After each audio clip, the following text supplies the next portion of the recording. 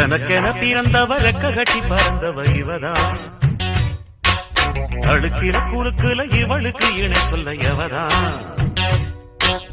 ஊரையெல்லாம் இவதானே கூவி அழைச்சா. ஆசமாம இவன் தான் பாட்டு படிச்சா. எம்மாடியோ உனக்கென பிறந்தவ ரெக்க கட்டி பறந்தவ இவதான்.